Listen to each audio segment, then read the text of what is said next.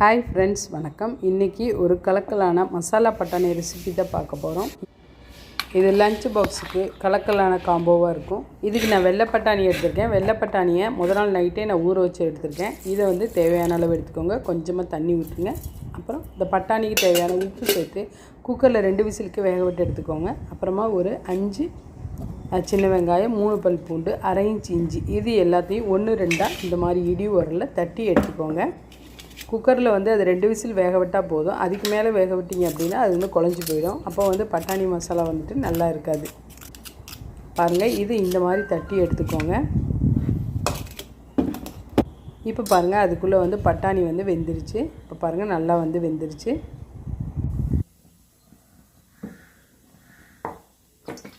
அப்புறம் ஒரு கடாயில் 1 டேபிள் ஸ்பூன் அளவுக்கு கடலை எண்ணெய், 1/2 டீஸ்பூன் அளவுக்கு கடுகு, 1/4 டீஸ்பூன் அளவுக்கு உளுந்து, அப்புறமா கொஞ்சமாக சோம்பு, இது எல்லாமே பொரிஞ்சதும் கொஞ்சம் கருவேப்பிலை, அப்புறம் இடித்து வச்ச வெங்காயம், இஞ்சி, பூண்டு, இதெல்லாம் சேர்த்து நல்லா பச்சை வாசனை போக மட்டும் நல்லா பரட்டி விடுங்க. ரொம்ப கருக விட்டுறாதீங்க. ஒரு நிமிடம் வதக்கினா போதும்.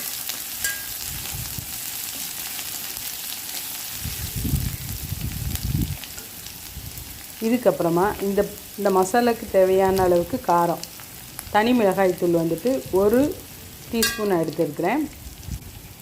அப்புறம் 1/2 டீஸ்பூன் அளவுக்கு சோம்பு, 1/4 டீஸ்பூன் அளவுக்கு சீரகம், கொஞ்சமாக மஞ்சள் தூள்,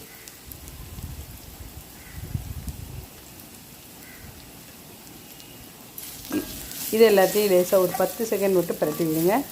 கருகிடக்கூடாது. கருகிட்டால் டேஸ்ட் போயிடும். அதுக்கப்புறம் வேக வச்ச பட்டாணியை ஆட் பண்ணுங்கள். நம்ம வெங்காயம், இஞ்சி, பூண்டு இதெல்லாம் சேர்த்ததுனால கொஞ்சமாக நம்ம உப்பு மறுபடியும் லேசாக சேர்த்துக்கிறோம். அப்படின்னா தான் இதனுடைய உப்பு பேலன்ஸ் ஆகும். பாருங்கள், இது நல்லா இப்போ கலந்து விட்டுருங்க. அப்புறம் இதுக்கு தேவையான அளவுக்கு தேங்காய் பூ கொஞ்சமாக சேர்த்துக்கோங்க.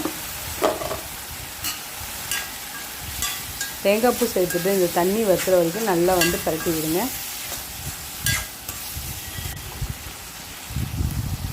மேலே கொஞ்சம் கொத்தமல்லி தழை தூவுங்க. அதையும் சேர்த்து நல்லா கலந்து விட்டுருங்க. இது எல்லாத்தையுமே நீங்கள் லோ ஃப்ளேம்லேயே பண்ணுங்க. ரொம்ப ட்ரையாக வதக்க வேண்டாம். பாருங்கள், இந்த ஸ்டேஜுக்கு நீங்கள் வதக்கி எடுத்துகிட்டு சூப்பரான மசாலா பட்டாணி ரெடி.